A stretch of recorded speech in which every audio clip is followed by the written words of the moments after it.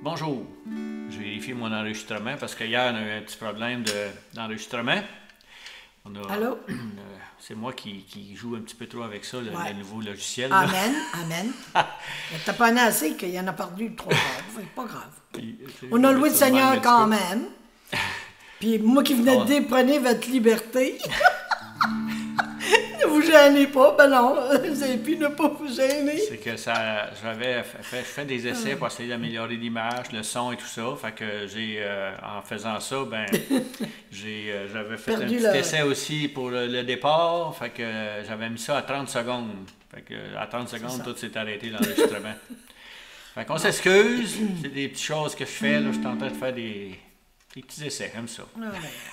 Un ingénieur du Québec, ça fait ça. C'est le Pas moins ça. Pas taponner toutes sortes d'affaires, des pitons. Puis là.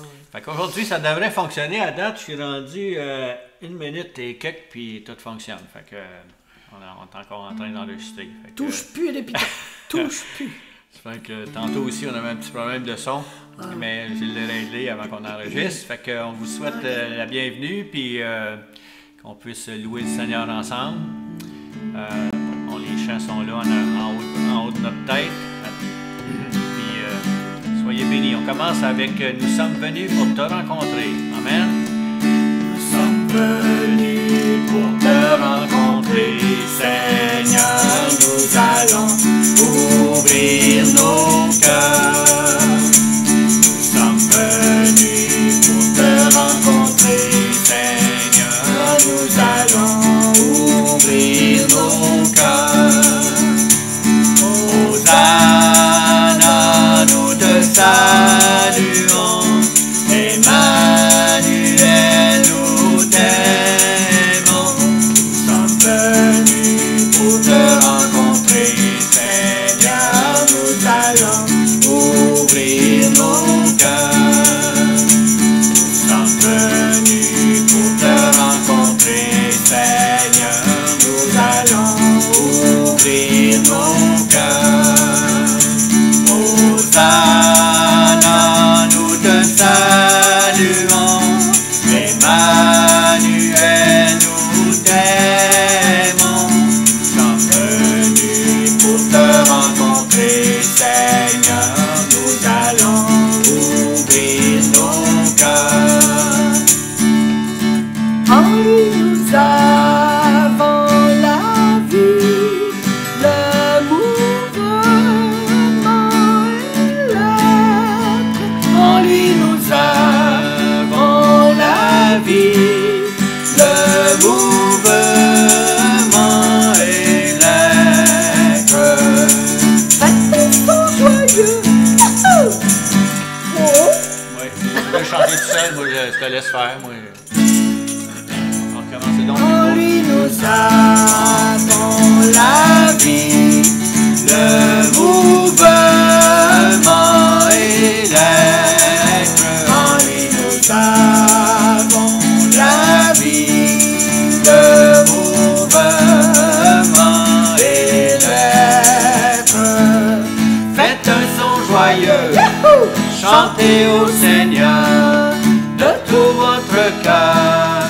Dansez devant lui, faites un son joyeux, chantez au Seigneur de tout votre cœur. Alléluia. En lui nous avons la vie, le mouvement et l'être. En lui nous avons la vie, le mouvement et l'être. Amen. On a la vie, le mouvement et l'être. L'apôtre Paul qui disait ça, qui écrit ça. Christ est roi. Ça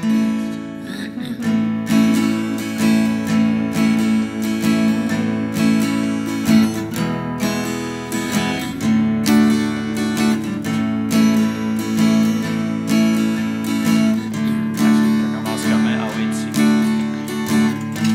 Dans son amour. Dans son amour, Dieu le Père, envoyant son Fils Jésus pour accorder la lumière sont perdus. Il descendit sur la terre, mais les hommes l'ont rejeté. Ils l'ont cloué au calvaire, et Christ est ressuscité. Amen. Christ est roi,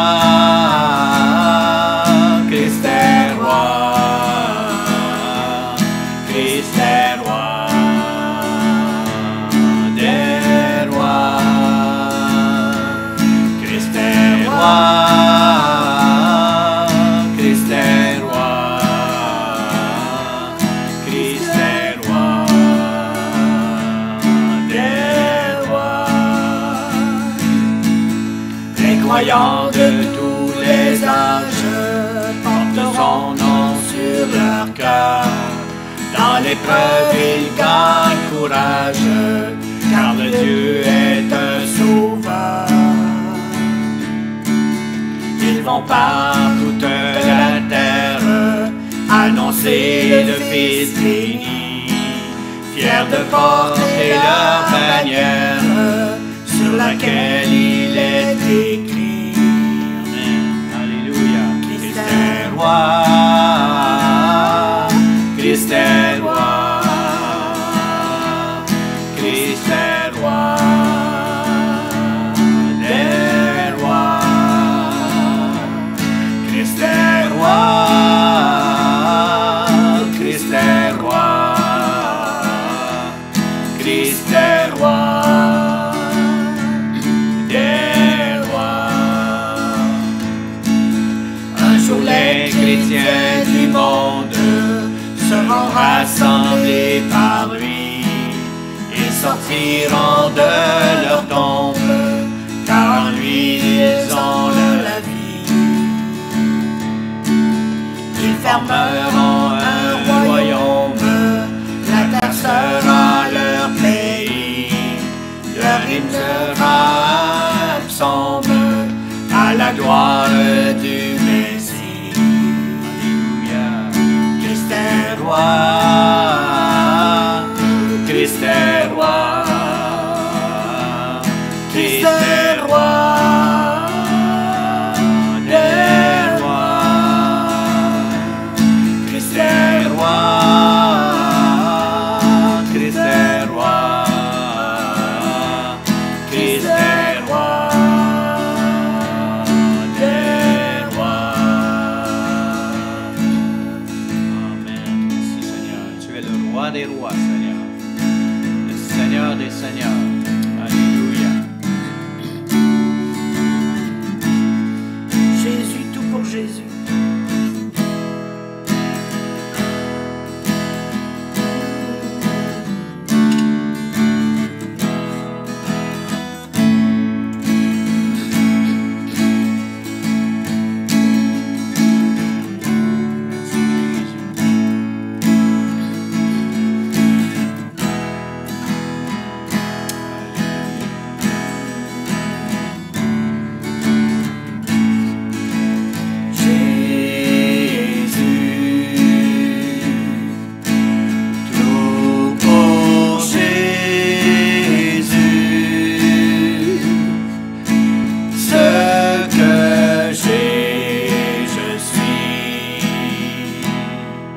Et aurait voulu être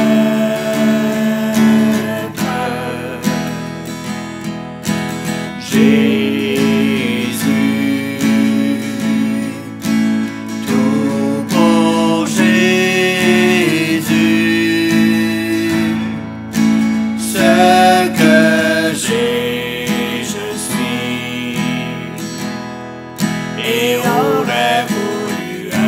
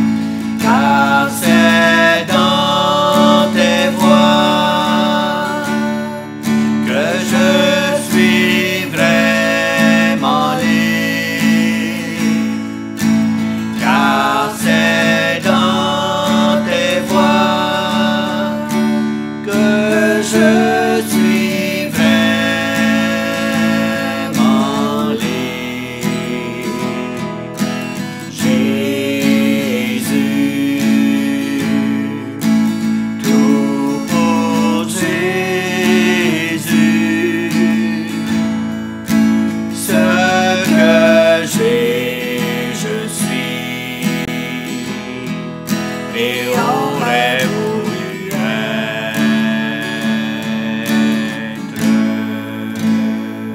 Amen. Merci Jésus. Alléluia. Tout pour toi, Seigneur. Alléluia.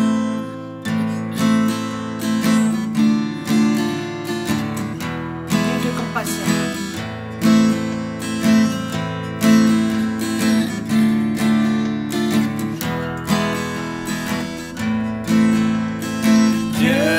Compassion, Dieu de compassion, Dieu de compassion, je t'aimerai toujours. Malgré mes faiblesses et désobéissances, devant toi si je m'humilie, dans ton amour infini, tu pardonnes mes péchés. Dieu de compassion, Dieu de compassion, Dieu de compassion, je t'aimerai toujours.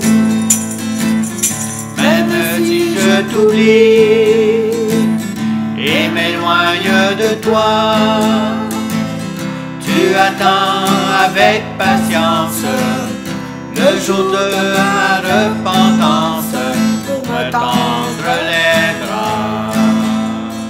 Dieu de compassion, Dieu de compassion, Dieu de compassion, je t'aimerai toujours. Quand mon cœur alourdi par les soucis de la vie, en toi je mets ma confiance, tu me fais sentir ta présence et tu prends soin de moi.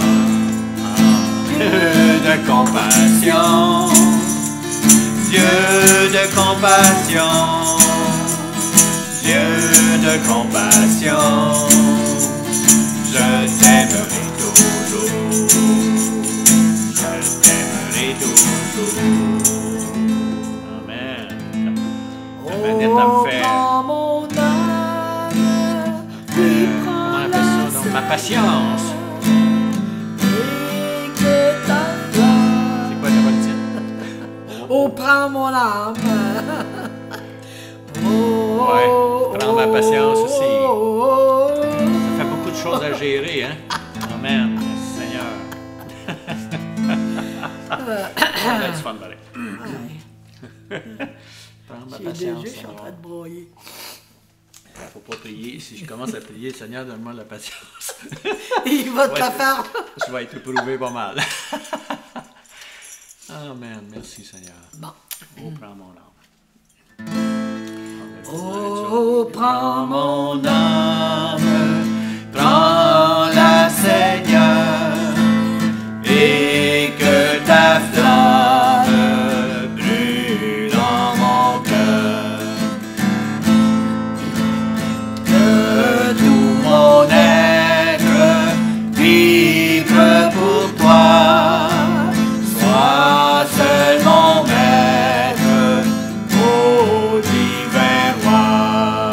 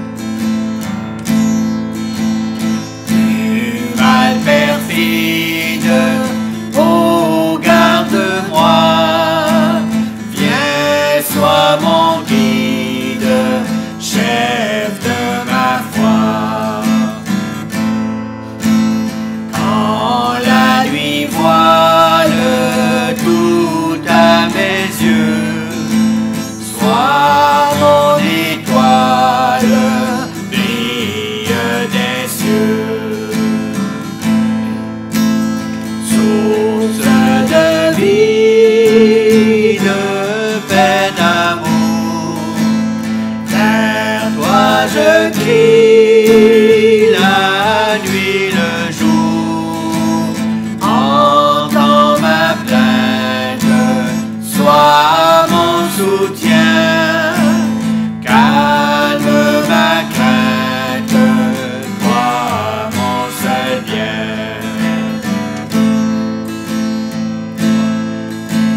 Voici l'aurore d'un jour nouveau, le ciel se dore de feu plus beau.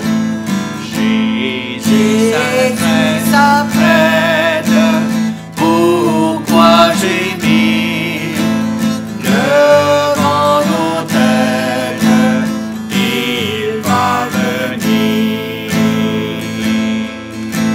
Source de vie, paix d'amour, vers toi je ris. Là. Entends ma plainte.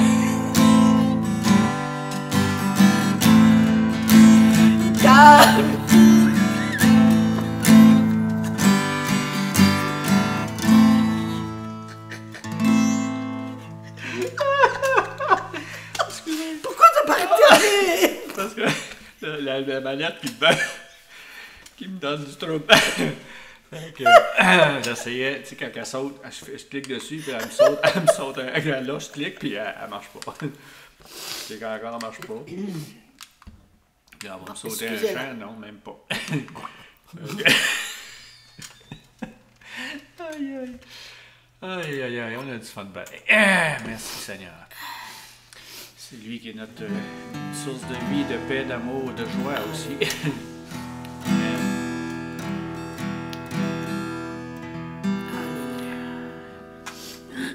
Bon, Tu mets un autre chant? Oui. Alléluia. Merci Jésus. Que la joie du Seigneur te... non. La joie du... Arrête. Quand tes yeux me voyaient. Tes yeux me voyaient. Quand j'en étais qui ne me s'informe. Amen. Merci Seigneur.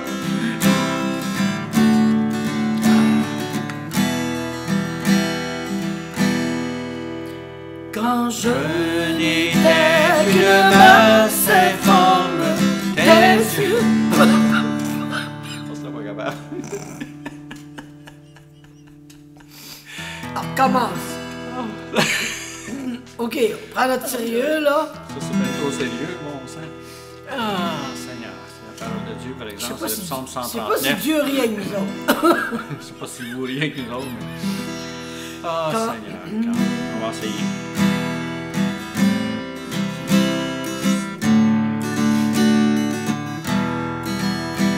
Quand je n'étais qu'une masse informe, tes yeux me voyaient. Et sur ton livre étaient tous inscrits les jours qui m'étaient destinés.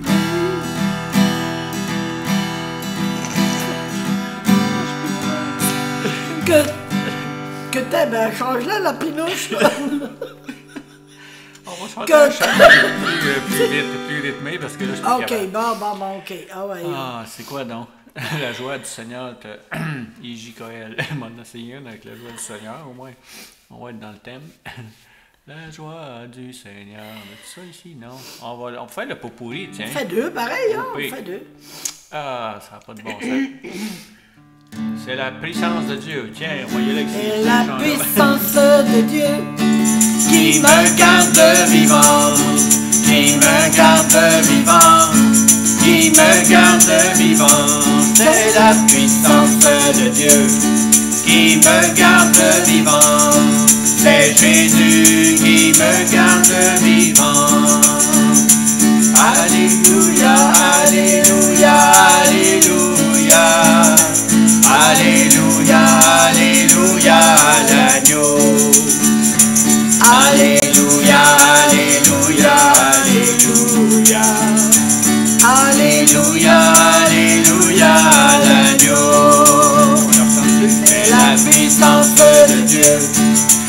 me garde vivant, qui me garde vivant, qui me garde vivant. C'est la puissance de Dieu qui me garde vivant. C'est Jésus qui me garde vivant.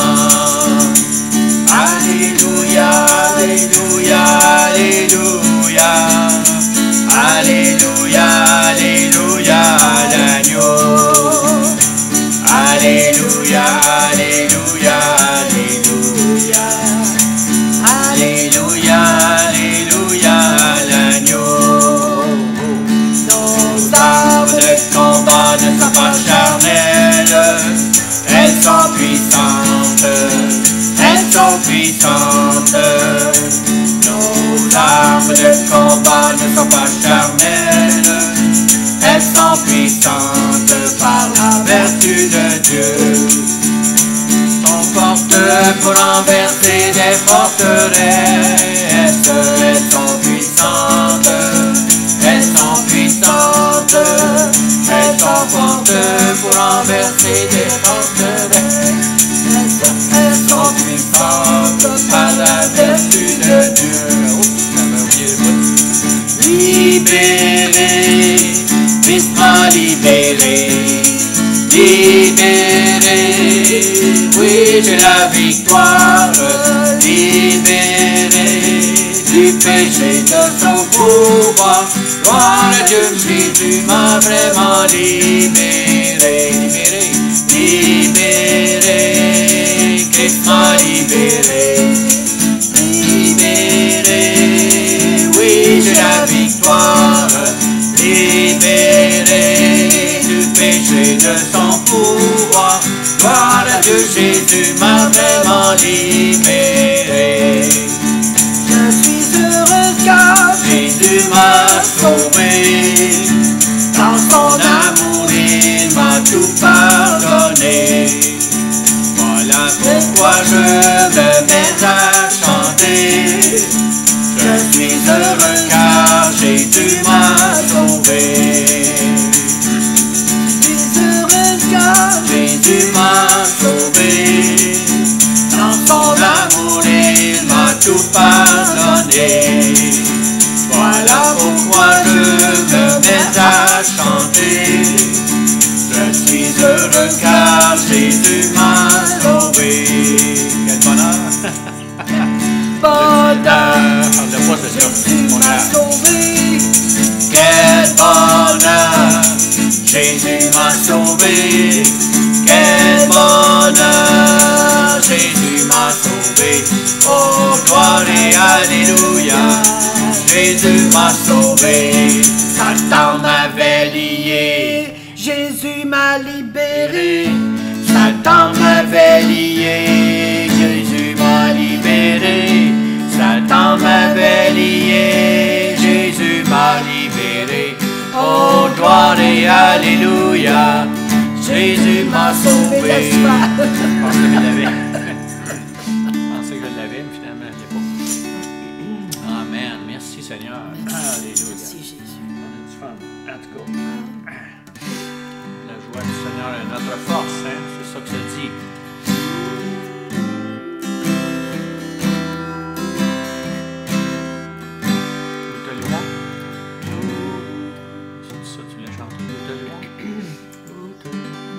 En toi, en toi, en toi, en toi, en toi, je peux toutes choses. en toi.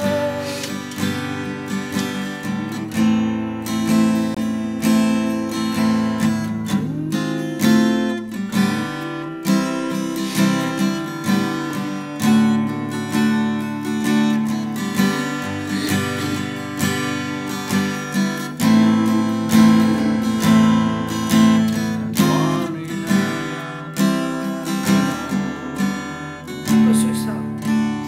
Je sais plus.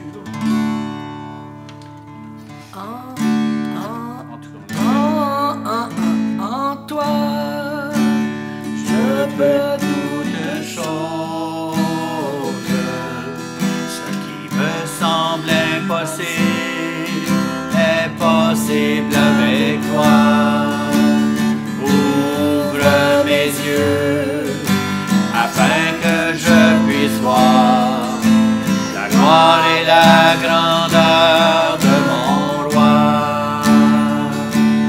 Car plus grand est celui qui vit en moi que celui qui est dans le monde. Car plus grand est celui qui vit en moi que celui qui est dans le monde.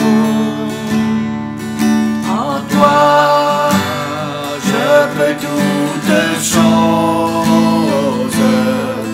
Ce qui me semblait possible est possible avec toi. Ouvre mes yeux afin que je puisse voir la gloire et la grandeur de mon roi. Car plus grand est celui qui vit en moi que celui qui est dans le monde. Car plus grand est celui qui vit en moi que celui qui est dans le monde. Car plus grand est celui qui vit en moi que celui qui est dans le monde. Car plus grand est celui qui vit en moi que celui qui est dans le monde. En toi. Merci qu'en toi, Seigneur, nous avons la victoire. Amen. Alléluia. On peut toutes choses en toi, Seigneur. Rien n'est impossible à celui qui croit à la parole de Dieu dit. Amen. Ton amour, ta puissance, ta présence dans ma vie. Ton amour, Ta puissance, ta présence dans ma vie, et je veux t'adorer de tout mon cœur, et je veux t'adorer de toute mon âme, et je veux t'adorer de toute ma force, car tu es mon Dieu. Tu es mon Dieu. Ton amour, ta puissance, ta présence dans ma vie. Ton amour, ta puissance, ta présence dans ma vie. Et je veux t'adorer de tout mon cœur. Je veux t'adorer de toute mon âme. Oui, je veux t'adorer de toute ma force, car tu es mon Dieu. Tu es mon Dieu. et je veux T'adorer de tout mon cœur, et je veux t'adorer de toute mon âme, et je veux t'adorer de toute ma force, car tu es mon Dieu. Tu es mon Dieu. Amen.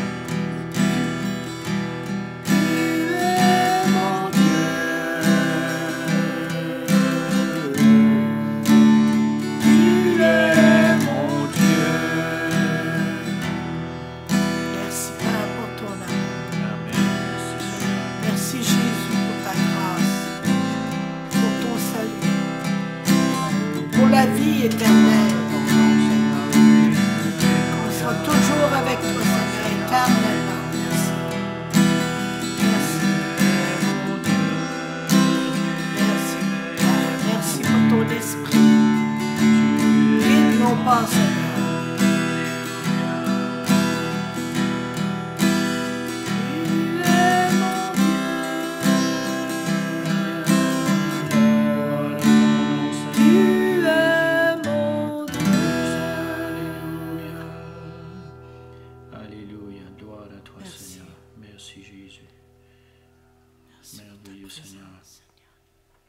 Alléluia.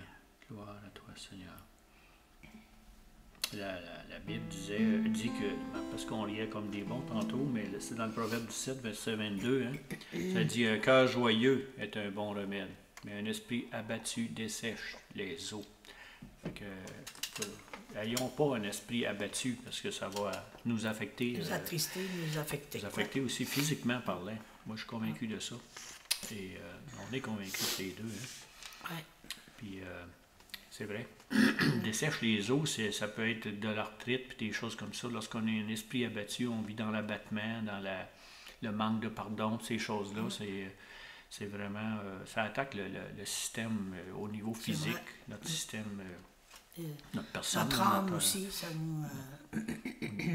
Mais bon, un cœur joyeux est un bon remède. Proverbe 17, verset 22, à méditer aujourd'hui. Et puis, finit par un petit chant. Un petit chant, oui. Lequel? Le Dieu de victoire. OK. Puis après ça, on continue avec les... Ouais, Deutéronome. Deutéronome. Le Dieu de victoire.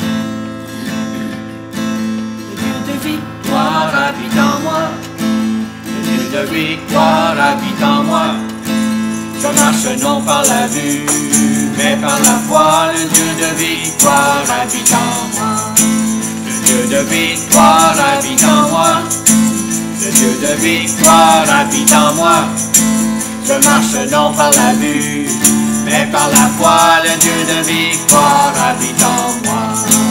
Je chanterai, danserai, car le combat est celui du Seigneur. La victoire est assurée, car notre Dieu est vainqueur. Le Dieu de victoire habite en moi. Le Dieu de victoire habite en moi. Je marche non par la vue, mais par la foi. Le Dieu de victoire habite en moi. Le Dieu de victoire habite en moi. Le Dieu de victoire habite en moi. Je marche non par la vue, mais par la foi. Le Dieu de victoire habite en moi. Je chanterai, danserai, car le combat est celui du Seigneur. La victoire est assurée, car notre Dieu est vainqueur. Il est vainqueur. Hey! Amen. Soyez dans la joie aujourd'hui. Que Dieu vous accompagne, le Saint-Esprit aussi. Amen. Tout fonctionne encore. On est encore en train d'enregistrer. Fait que on va terminer avec le livre de Deutéronome. On va avoir fait tout le Pentateuque. Ces 5 livres sont attribués à Moïse. Et après ça, on retournera dans le Nouveau Testament, dans Romains. Fait qu'on vous laisse là-dessus. On vous dit bonne journée. N'oubliez pas que la joie du Seigneur est notre force. Puis que c'est ça. Fait que c'est ça. À demain. Bonne journée. On vous dit à demain. Que Dieu vous garde. Que Dieu vous garde. Amen. Il vous bénisse.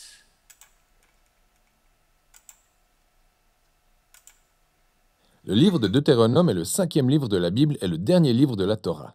Après l'exode d'Égypte, le peuple d'Israël est resté pendant 1 an au pied du mont Sinaï pour sceller une alliance avec son Dieu. Ensuite, ils ont entrepris une chaotique traversée du désert au cours de laquelle la génération de l'Exode s'est disqualifiée et donc vue privée d'accès à la terre promise à Abraham. Dès le début de Deutéronome, on voit Moïse se tenir devant cette nouvelle génération pour leur expliquer la Torah. Et c'est à partir de là que la structure et le but du livre se dessinent. Le livre de Deutéronome est en soi une série de discours où Moïse appelle la nouvelle génération d'Israël à demeurer fidèle à l'alliance conclue avec leur Dieu.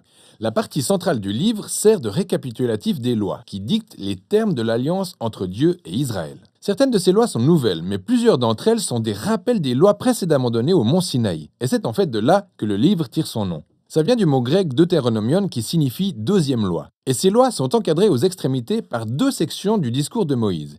Et chacune de ces sections est elle-même divisée en 2 parties. Voyons plus en détail comment tout cela fonctionne. Tout d'abord, Moïse fait un rappel de l'histoire jusqu'au stade en cours, tout en soulignant le comportement particulièrement rebelle de la génération précédente, malgré la grâce et la provision divine constamment renouvelées dans le désert. Cela dit, Dieu les a tout de même punis sans pour autant rompre ses promesses d'alliance. Ensuite, on passe à une série de sermons passionnés où Moïse appelle cette nouvelle génération à être plus fidèle à l'alliance que ne l'étaient leurs parents. Et il leur rappelle aussi les 10 commandements. On arrive ensuite à la pièce maîtresse de cette section, une célèbre instruction appelée le schéma. Moïse dit « Écoute, Israël, l'Éternel est notre Dieu. Il est le seul Éternel. Tu aimeras l'Éternel ton Dieu de tout ton cœur, de toute ton âme et de toute ta force. » Elle est par la suite devenue une prière quotidienne incontournable du judaïsme. Et en plus, elle rassemble tous les thèmes du livre. Alors le mot « écoute » ou « schéma » en hébreu a un sens qui va bien au-delà du simple fait d'entendre. Ce terme implique aussi de réagir à ce qu'on entend, ce qui se traduirait en français par « obéir ». Et le sens du mot « amour » en hébreu va lui aussi bien au-delà d'une simple émotion ou d'un sentiment. C'est la décision d'une dévotion pleine et entière à Dieu qui implique la volonté et les émotions, la pensée et le cœur. Le fait est que pour Israël, leur obéissance et leur dévotion à Dieu servaient un dessein bien plus grand, car l'obéissance aux lois fera d'Israël un peuple unique parmi les nations, exactement ce que Dieu a dit au mont Sinaï. Ils deviendront un royaume de prêtres. Et maintenant, Moïse explique comment. En respectant les lois, Israël sera en mesure de démontrer au monde entier la sagesse et la justice de Dieu. L'autre idée clé du schéma est que le peuple d'Israël a été appelé à obéir et à se consacrer à l'Éternel seul, ou littéralement en hébreu, l'Éternel est un. Remettons tout ça dans le contexte initial. L'idée est que l'Éternel est le seul Dieu qu'Israël doit adorer et à qui ils doivent obéir. Et Israël s'apprête à entrer dans le pays de Canaan, où les gens adorent des idoles qui représentent différents aspects de la création, tels que le soleil, le temps, le sexe ou la guerre. Selon Moïse, le fait d'adorer ces dieux rabaisse l'homme et détruit les communautés. Mais le fait d'adorer le Dieu d'Israël, qui est le Créateur et Rédempteur, est ce qui mène à la vie véritable et à la bénédiction. Et on tombe ensuite en plein centre du livre, sur le gros récapitulatif des lois, passablement organisé par thème. Alors, la section d'ouverture concerne le culte d'Israël à son Dieu. Ils étaient censés avoir un temple central où un seul Dieu serait adoré, sans oublier que l'adoration d'Israël à Dieu devait aussi se manifester dans leur manière de prendre soin des pauvres. Par exemple, tous les Israélites devaient verser un 10e de leur revenu annuel au temple, mais en plus, ils devaient mettre de côté un autre 10e pour le verser aux pauvres tous les 3 ans. Les lois de ce type sont autant de détails qui distinguaient Israël de ses contemporains parmi les nations, car sa justice n'avait pas d'équivalent. Et tout ceci était étroitement lié au culte qui rendait à Dieu. La section suivante souligne les traits de caractère requis par les dirigeants d'Israël. Les anciens, les prêtres et les rois étaient soumis à l'autorité des lois de l'Alliance. Et pour s'assurer que tous les appliqueraient, Dieu a envoyé des prophètes à qui ces dirigeants devaient rendre des comptes. Contrairement aux nations voisines d'Israël, où les rois étaient considérés comme des divinités qui dictaient leurs propres lois, les dirigeants d'Israël étaient soumis à la loi et aux prophètes. Et juste après ça, s'ouvre une vaste section sur les lois relatives à la vie civile en Israël. Ce sont les règles sur le mariage, la famille, l'entreprise et aussi la justice sociale, autrement dit, leur système juridique et leurs moyens de protéger les veuves, les orphelins et les immigrés. Puis d'autres lois sur le culte viennent conclure cette partie. Et maintenant, de petites astuces à utiliser dans la lecture de toutes ces lois. Rappelez-vous en premier lieu que ces termes de l'alliance du Sinaï ont été donnés spécifiquement à l'Israël antique. Ils vivaient dans une culture très différente de la vôtre. Deuxièmement, ça n'avancera à rien de comparer ces lois à celles du monde moderne, car, une fois de plus, c'est un contexte culturel très différent. Elles ont été données pour distinguer Israël de ses contemporains, alors s'il doit y avoir comparaison, ça doit être avec les lois des voisins d'Israël, comme celles d'Assyrie ou de Babylone. Et en faisant cela, les lois qui semblaient strictes ou étranges deviennent subitement beaucoup plus claires. Vous vous rendez compte que Dieu hisse Israël à un niveau supérieur de justice jamais égalé auparavant. Et enfin, essayez de discerner les principes fondamentaux de sagesse ou de justice derrière toute loi et vous découvrirez des vérités très profondes. Alors, faites cet exercice et considérons que l'effort vous vaudra 1 point. Allez voir comment l'apôtre Paul s'y prend dans sa première lettre aux Corinthiens, chapitre 9, verset 9, où il cite une loi de Deutéronome, chapitre 25, verset 4. Son approche est vraiment intéressante. Bon, revenons à Moïse. Après avoir fait un rappel de toutes les lois, il incite une dernière fois le peuple d'Israël à écouter et à aimer son Dieu. Il commence par donner un avertissement suivi d'un ultimatum. Si Israël écoute et obéit à son Dieu, tout ira absolument bien, notamment une pluie de bénédictions divines. Mais s'ils n'écoutent pas et se rebellent, ils s'exposeront à la famine, au fléau, la dévastation et pour finir, l'exil de leur terre.